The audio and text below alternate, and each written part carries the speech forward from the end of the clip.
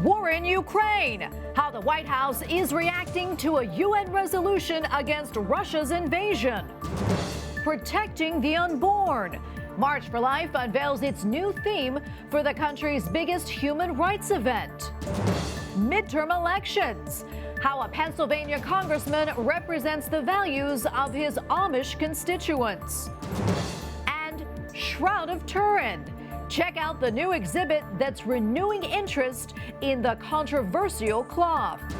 On EWTN News Nightly for Thursday, October 13th, 2022.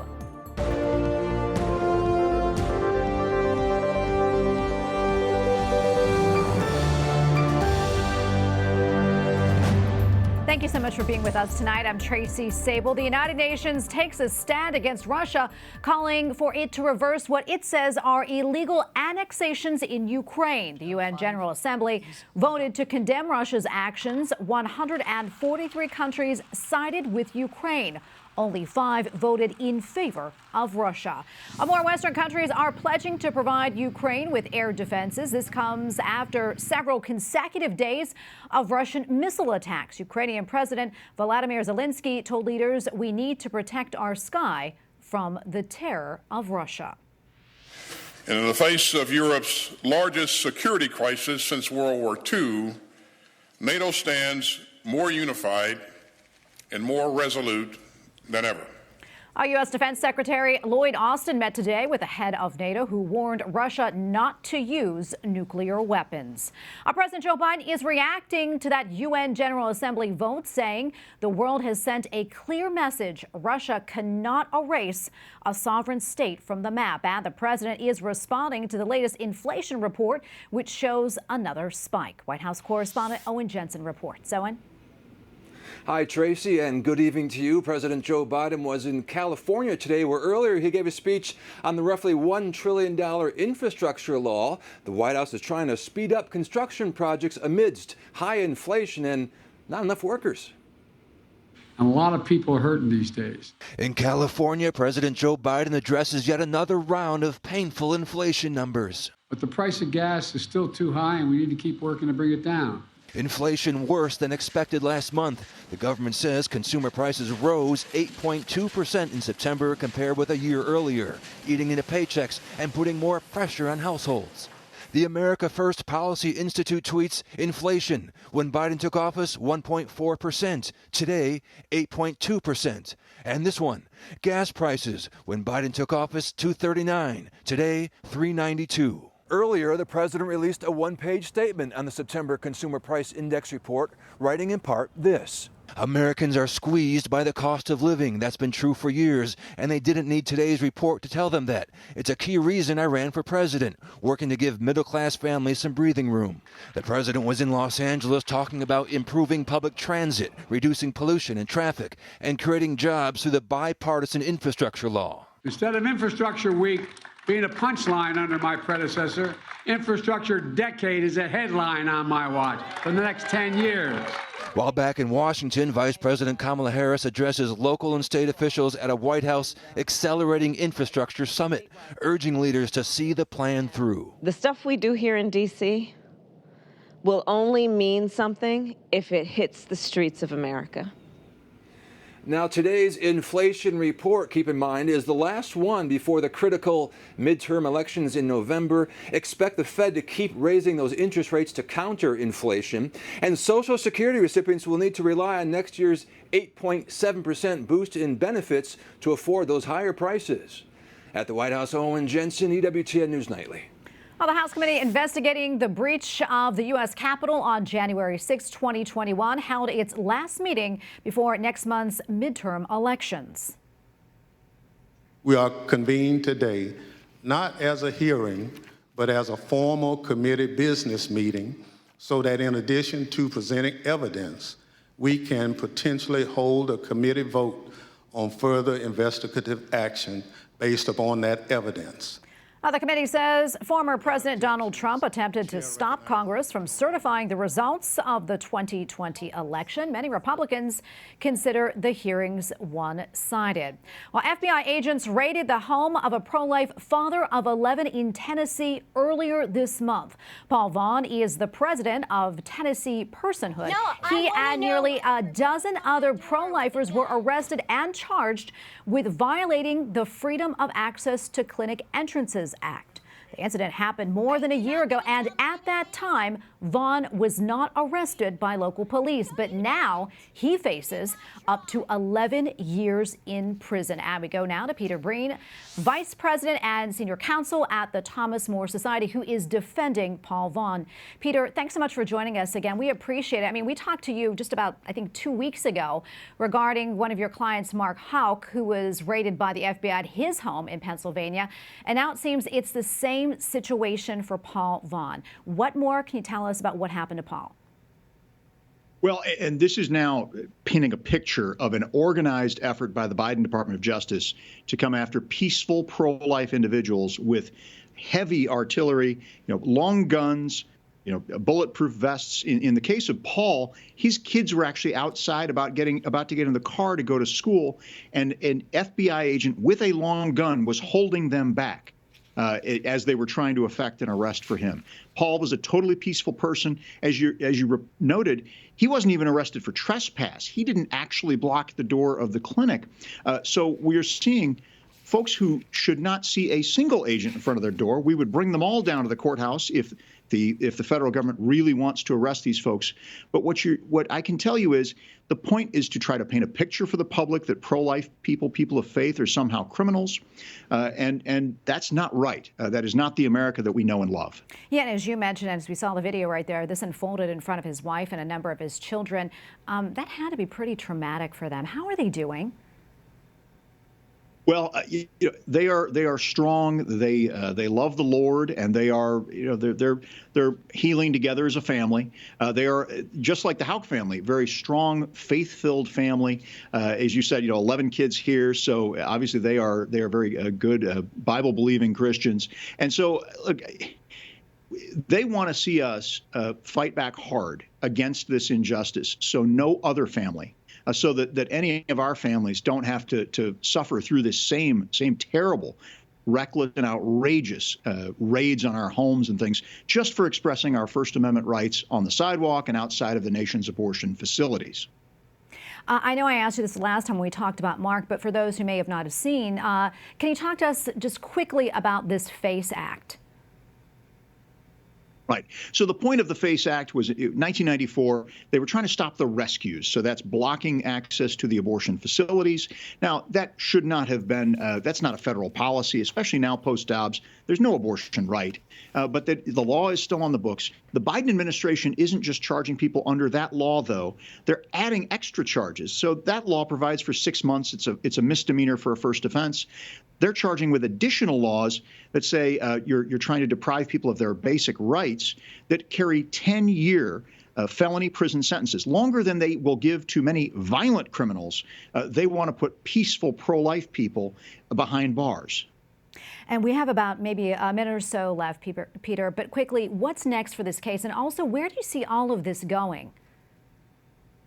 Well, so for Paul Vaughn and his co-defendants, we're going to proceed to trial, most likely. We think Paul has strong defenses. He did not actually block the door, and he's got a First Amendment right to express himself and peacefully there at that abortion clinic. So we are going to fight strongly ahead with that with our whole Thomas More Society team. And look, nationwide, we are seeing FBI inquiries at other sidewalk counseling locations. We are going to fight hard. Our strategy is to do the same thing we did under the Obama administration. Win these cases. Give the DOJ, the Biden DOJ, a big black eye in the public. The Congress has already said they're going to investigate this. So hopefully that will be really a 1-2 punch to make sure they stop persecuting people of faith and good pro-life folks that just want to reach out to women in need and to express themselves, which is their First Amendment right. Peter, thank you so much for coming on again and speaking to us. We really appreciate it and hope to get updates from you as well. Thank you. Police in Lansing, Michigan are looking for 3 vandals who spray painted a Catholic church with abortion-related graffiti. The suspects are seen on a security video released by the Church of the Resurrection. The damage took place just before midnight on Saturday night and is estimated at $15,000. A Catholic church in southern Brazil is also reporting damage. Unknown vandals destroyed all 28 of its saint statues in broad daylight. It happened on Monday. The pastor is thankful for many who have expressed support for the church. He told a press conference, quote, "Our statues were broken, but our faith is firm."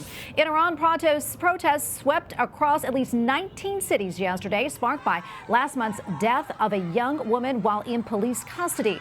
Iran's president accuses the U.S. of fueling the demonstrations. The Biden administration will accept up to 24,000 immigrants who arrive in U.S. airports from Venezuela. The terms are similar to a program extended to Ukrainians amid the war with Russia. Any migrants from Venezuela who attempt to cross by land or water will be held in Mexico under the existing rules of Title 42.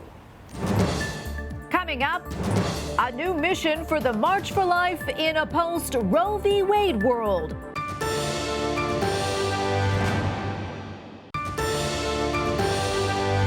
The National March for Life in the nation's capital has revealed the theme for the 2023 rally. We want to provide clarity into the confusion, again, about the inherent dignity of the unborn, and I would say particularly the lie that a right to abortion is good for women. Our theme is 2023, March for Life. Next steps, marching in a post-Roe America. March for Life President Jeannie Mancini says the rally will remain in January near the anniversary of Roe versus Wade as a reminder to not let such a ruling happen again. The March for Life is set for January 20th, 2023.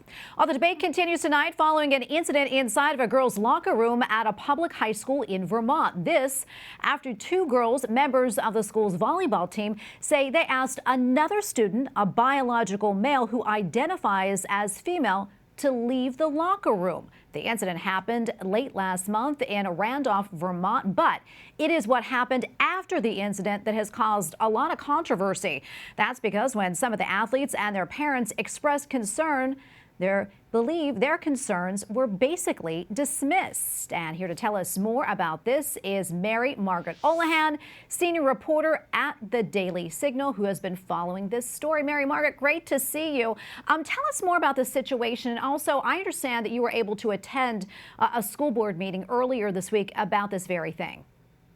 Yeah, well, Tracy, great to be here as always. I actually just got off a plane coming back from Randolph, Vermont, where I've been all week. We are about to release a video from the Daily Signal sharing these girls' experiences and their thoughts on this whole situation. We went up to Randolph on Tuesday afternoon. We got there just in time for a school forum, which was led by the superintendent. All these parents came on both sides of the issue and brought their daughters.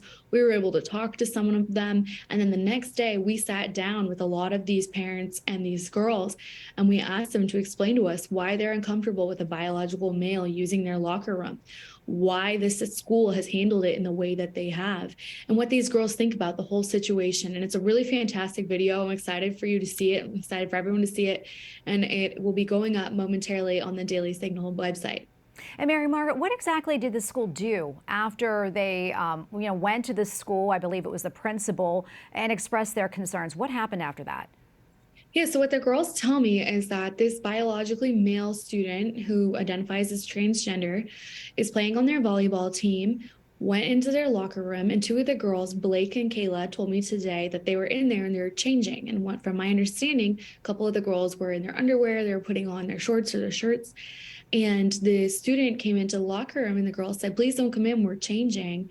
And when the student kept coming in, they said, "Get out, get out."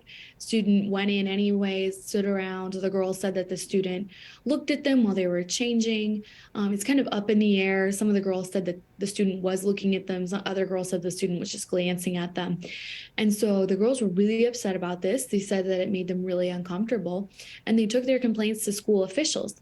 Well, I've also spoken to some of these school officials, the superintendent, Lane Millington, and the co-principal, Lisa Floyd. And what I've been told is that the school officials care about everybody's safety, but they're investigating whether harassment took place.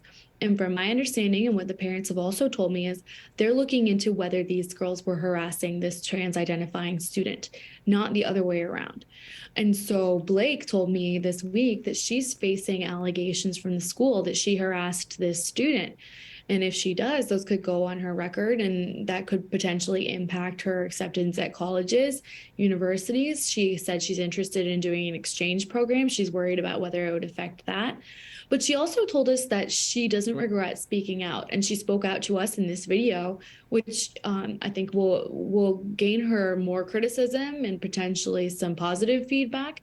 And she says she doesn't regret speaking out because she thinks that people need to know the truth, and that school officials should be aware that they need to pay attention to these girls' feelings and their discomfort at having a biological male in their space. All right. So basically, as I understand it, that the student who identifies as transgender, the biological male, still gets to use the locker room, and the girls maybe have to change in stalls. Is that correct? Well, what actually happened is the school kicked all of them out of the locker room. They said, we're not going to deal with this right now. So they told all of the volleyball team, including the trans student, you're all going to have to use separate bathrooms while we resolve this issue, separate locker rooms.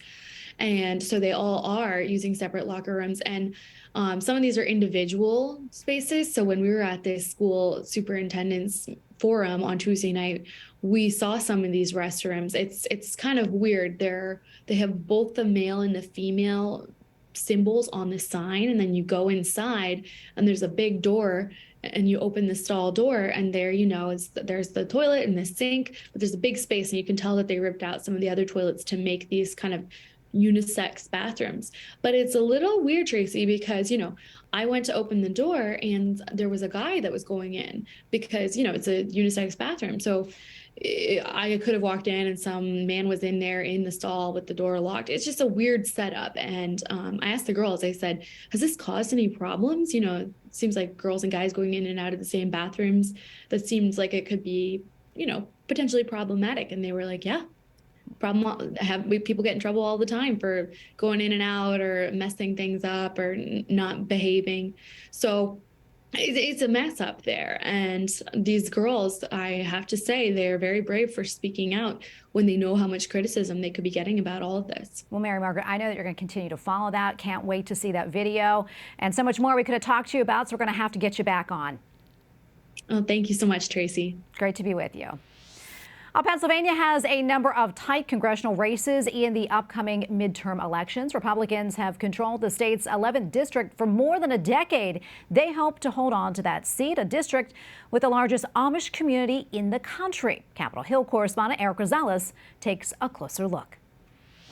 I'm in a wet and soggy day in Lancaster, Pennsylvania, home of the 11th Congressional District, where Congressman Lloyd Smucker is running for his 4th consecutive term. We're all created equal in the eyes of God, the image of God.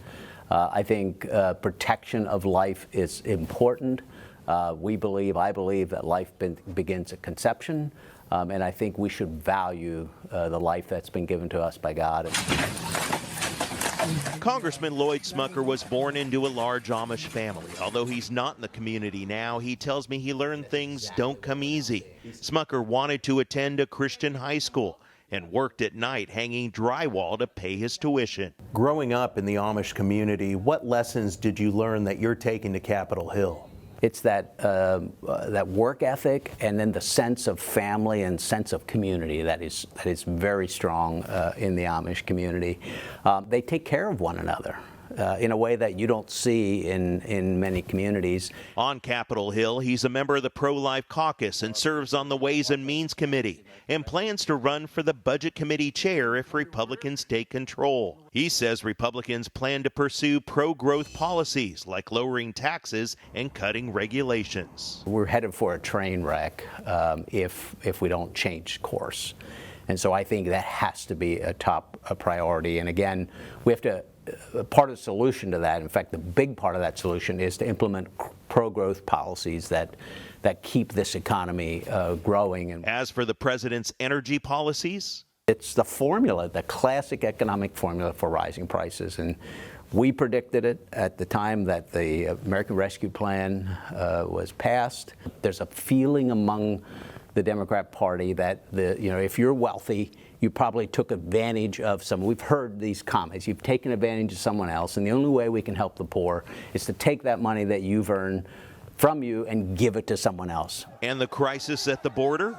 We cannot just allow people to walk in without knowing who they are, without knowing their motivation for being here. We've already seen people on the terrorist watch list. And then we're allowing fentanyl and drugs to come across the border, and it's causing a crisis. It's important to note that EWTN News Nightly reached out to Democratic candidate Bob Hollister. However, our emails never received a response. In Lancaster, Pennsylvania, Eric Rosales, EWTN News Nightly. Up next, new inspiration from an exhibit of the venerated and mysterious Shroud of Turin. And celebrating Our Lady's apparitions to 3 shepherd children in Portugal.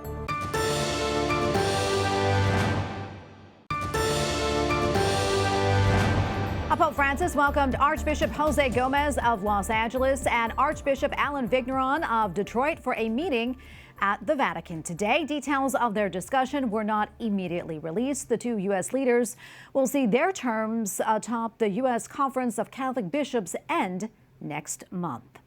Well, a new exhibition in Spain renews interest in the Shroud of Turin. It showcases a life-size model of a man depicting the person who was wrapped in the shroud, to many, Jesus Christ.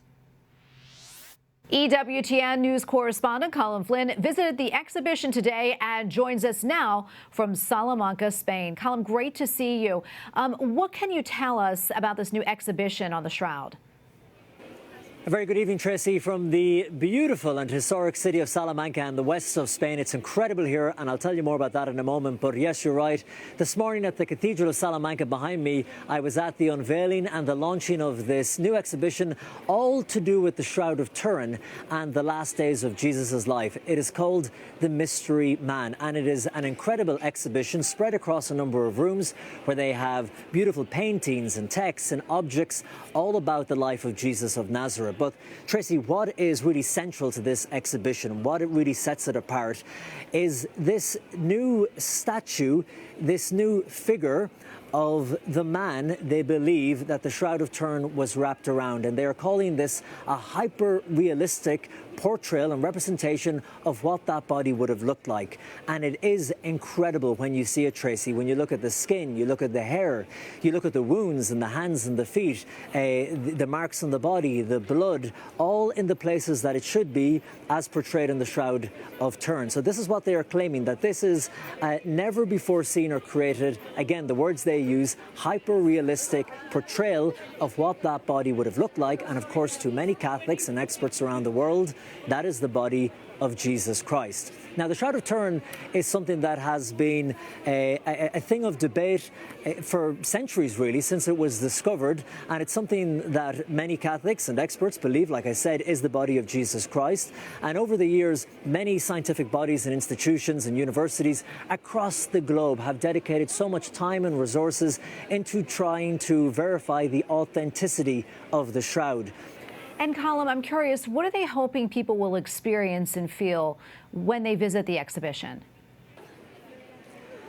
Well, Tracy, I spoke to the creator of the exhibition, Alvaro Blanco, and he's been working on this for almost a decade. And he told me that when he looked at all the research that has been done and is continuing to be done around the world in the Shroud of Turin, while there is debate around certain aspects of it, the general scientific consensus is that this cloth was wrapped around a man's body, a dead man's body, who looked like, when you look at the Shroud of Turin, it's very apparent that he had been beaten and tortured. Now, he said that many people who come to this exhibition, as it will now tour around the world, it started today in Salamanca, but it will go on over the coming months to tour right across the globe. He said many people who have faith, who believe, will come in, they will stand in amazement, looking at who they believe to be Jesus of Nazareth, having never before been seen in such a realistic way. He then said for the other skeptics, the non-believers, believers who come out of curiosity to the exhibition. He's hoping that when they see this incredible figure on the table in front of them, looking so realistic, it will make them wonder who this body is and could it actually be Jesus of Nazareth. If they then believe, well, then possibly it could be, then it might cause them to question and think and ponder further on who this man was and why his name, his image, and the story of Jesus has endured over 2,000 years. And Colm, before we let you go, can you tell us a little bit about the beautiful city where you are right now? Well, the city that I'm in is stunningly beautiful, Salamanca in the west of Spain. The modern city where we are, it dates back to the Middle Ages, but there were settlers here even before that. It quickly became a university town, and even today, some of Spain's biggest and brightest and best universities are located here. In fact, the population, this will give you an idea of how many students, the population of the city is around 145,000 people, but there are currently enrolled 24,000 students in the city. Also very important Christian site with over 12 religious orders, monasteries and convents located in the city today, and over 16 churches. So a beautiful city, historic city, a heritage centre as well. And Tracy, I can tell you the food and the wine is beautiful too. Well, that all sounds wonderful. Colm, thank you so much. We appreciate your reporting. My pleasure. Thank you, Tracy. And finally tonight, thousands of people gathered in Portugal to celebrate a traditional pilgrimage.